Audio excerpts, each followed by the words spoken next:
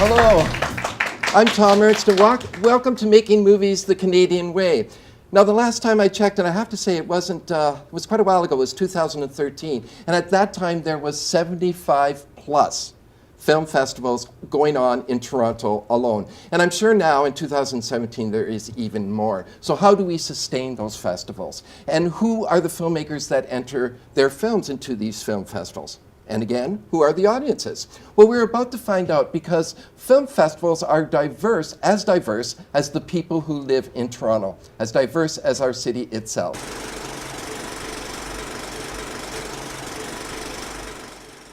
Here we have Ariel Smith, and she is the artistic director, executive director of Imaginative Film and Media Arts Festival. Thank you so much for joining us. My good friend over here, Kelly Michael Stewart, is the executive director of Blood in the Snow Festival, one of my favorite festivals just because I'm such a genre fan. We'll find a little bit more about your festival as well. Jordana Aarons is over to my right here. I had to check and see which was my right and left. She is the executive director of Planet in Focus. And to my immediate right is Ananya Ori. Great, and she is the executive director of the Regent Park Festival, am I correct? Mm-hmm. Great, thank you so much for joining us. So of all the people here sitting at this table right now, Kelly, you are the baby. How many? You are the baby at 5 years, I think, the festival is this year, is that correct? We're going to year 6 this year. You're going into year 6, so you're still the baby amongst the other festivals. You started in 2012. Yeah. So already there was a lot of festivals going on. Did anyone say, Kelly, we got a lot of festivals. I don't know how a new one is going to take off. Well, this is what I tell people now, yeah.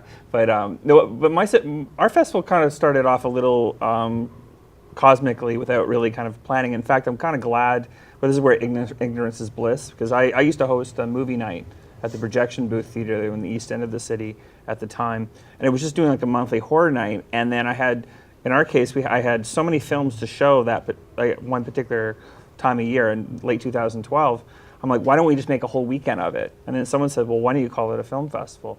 And so the Blood in the Snow name was going to be the tagline. It was going to be Fright Nights, which is the name of the series, and then Blood in the Snow Weekend. And then someone said, why don't you call it Blood in the Snow Canadian Film Festival? And so within 12 weeks, we had a film festival, and it did very well. We had 2 sold-out screenings. We had MTV come out to it. It became a thing. So it was really only after we did year 1 where we actually sat down and went, all right, let's get programmers and let's start a festival. So that was kind of the thing. It was just like, so it was never planned. It just turned into that. Well, Ariel, you're stepping into a festival that's already existing. So it's kind of different than Kelly, who created this festival. So what are sort of the trials that you have coming into the position? Well, I mean, I've been involved with Imaginative in many different capacities over the year, but I'm new to being the executive director, just started in August of 2016. Congratulations. Thank you. So our festival, this will be our 18th year, and I mean, trials and tribulations, it's hard. Our festival, we get about 20,000 people that come and take in our programming year-round. We also do a lot of year-round programming, but obviously our festival is our highest profile activity.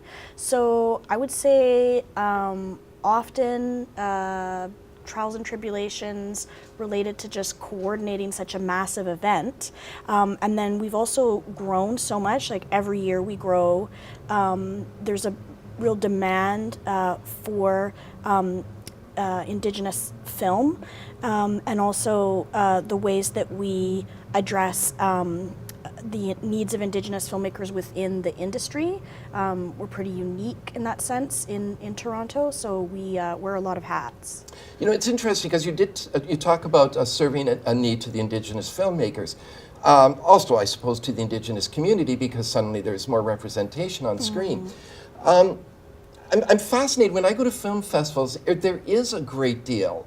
Well, maybe you wouldn't think so because there's always could be more. But there seems to be a rise in Indigenous filmmaking. Yeah, I mean, certainly there is within Canada, but also internationally.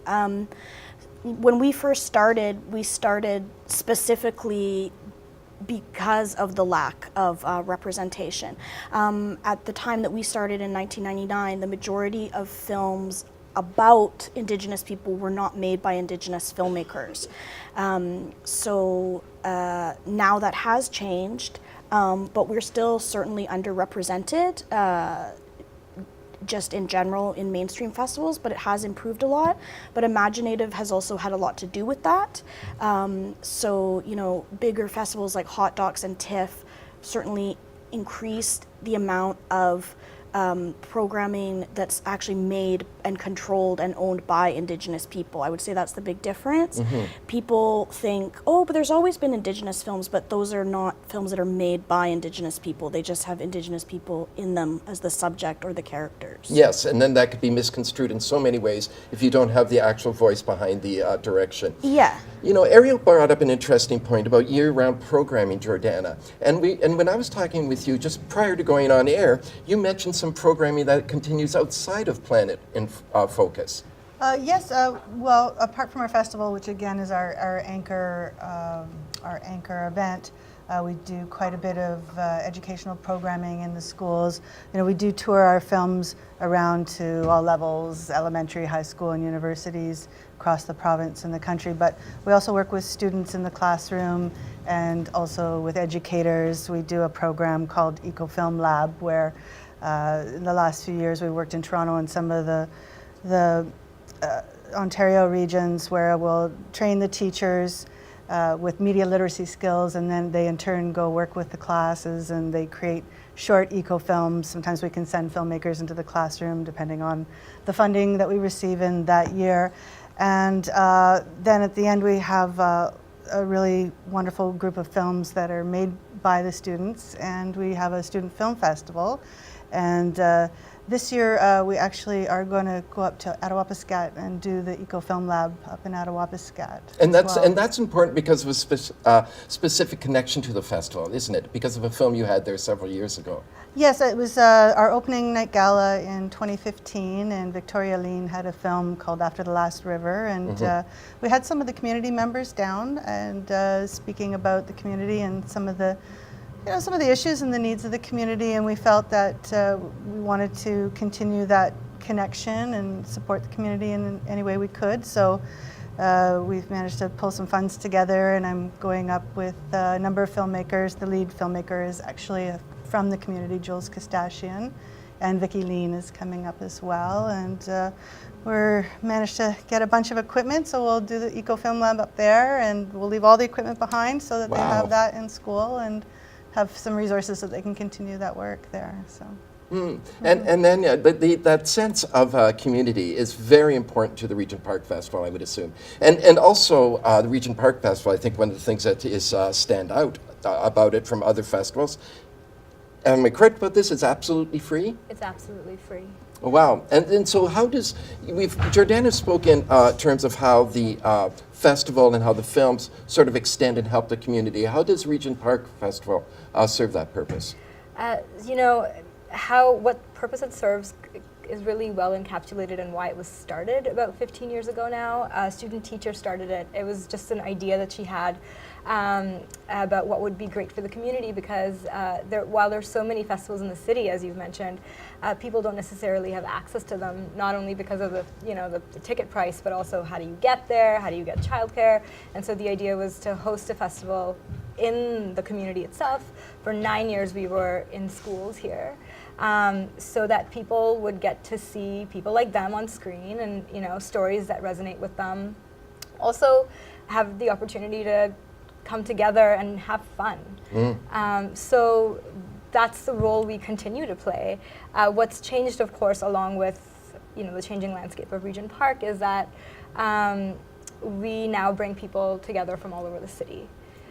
And the idea is that the question that we have and that we work on every year is, how does this amazing art that's created, that represents complex stories and the complexity that we all have, and how does it bring people together, and how does it build community? So that's the role we play. Well, but then also that's a great purpose. Like, I mean, coming out to Regent Park today is much different than when I would come out to Regent Park 10, 15 years ago. So bringing the city into Regent Park serves a purpose. Because there's certainly, it is a changing landscape. Where do these voices come from, these filmmakers? It's funny, I get asked a lot, like, how did all these films get made in Regent Park? And while we do honor films that are made in Regent Park, the films that we show come from all over the world. And it's filmmakers who are interested in talking about